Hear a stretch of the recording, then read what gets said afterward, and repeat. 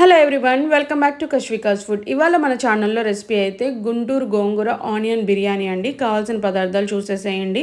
ఇక్కడ మనకి గోంగూర పేస్ట్ చేయడానికి నేనైతే ఇక్కడ సాస్ ప్యాన్ పెట్టేసుకొని ఆయిల్ కొంచెం హీట్ ఎక్కిన తర్వాత అందులోకి చిల్లీస్, అలాగే ఒక 2 to 3 టైమ్స్ బాగా వాష్ చేసి పెట్టుకున్న గోంగూరని అయితే నేను యాడ్ చేసుకొని బాగా ఫ్రై చేసుకుంటున్నానండి.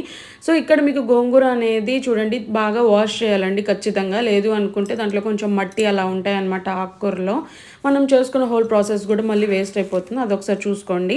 అండ్ అలాగే చూడండి ఇందులోకి నేను కొంచెం కొత్తిమీర పుదీనా కూడా బాగా వాష్ చేసి వేసుకొని ఫ్రై అయితే చేసుకుంటున్నాను. అండ్ అది మనకి చల్లారిన తర్వాత మనం మిక్సీ జార్కి వేసుకొని పేస్ట్ అయితే చేసి పెట్టేసుకోవాలండి. ఈ లోపల చూడండి నేను దేంట్లో అయితే బిర్యానీ చేస్తామో ఆ బిర్యానీలో కొంచెం ఘీ వేసుకొని జీడిపప్పులు అయితే ఫ్రై చేసి పెట్టేసుకున్నాను. అదే దాంట్లోకి మళ్ళీ నేను ఆనియన్స్ కూడా యాడ్ చేసుకొని కొంచెం మనకి లైట్ బ్రౌన్ వచ్చే వరకు అయితే ఫ్రై చేసుకోవాలి. ఇక్కడ చూడండి నేను ఇందాక ఘీలో కొంచెం వేయించానండి. ఇక్కడ మళ్ళీ నేను కొంచెం ఆయిల్ అయితే యాడ్ చేసుకుంటున్నాను, బికాజ్ మనకి ఆనియన్స్ అనేది కొంచెం ఫ్రైడ్గా రావాలి కాబట్టి. సో ఇక్కడ నేను కొన్ని ఫ్రైడ్ ఆనియన్స్ తీసి అయితే పక్కన పెట్టేసుకున్నాను గార్నిషింగ్ కోసము. అండ్ ఇక్కడ చూడండి మనకి ఆనియన్స్ ఆల్మోస్ట్ బాగా ఫ్రై అయిపోయింది కదా ఆయిల్లోకి.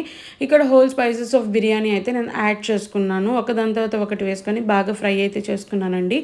ఆ తర్వాత ఒక tablespoon of ginger garlic paste వేసి అడుగంటకుండా అయితే నేను బాగా కలుపుకుంటున్నానండి. కొంచెం మనకు బాగా రోస్ట్ అయిన తర్వాత ఆ తర్వాత కొంచెం ఒక పసుపు, అలాగే కొంచెం కారం, అలాగే ఉప్పు వేసుకొని అయితే బాగా కలుపుకోండి.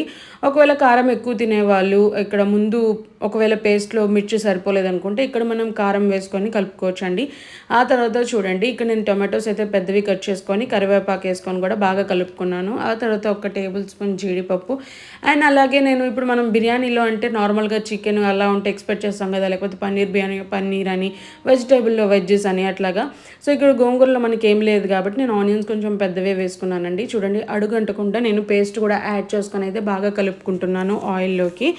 ఆ తర్వాత మనము తీసుకున్న బియ్యానికి ఒక గ్లాస్ ఆఫ్ బియ్యానికి అయితే మనం 1.5 గ్లాస్ ఆఫ్ వాటర్ అయితే యాడ్ చేసుకోవాలండి.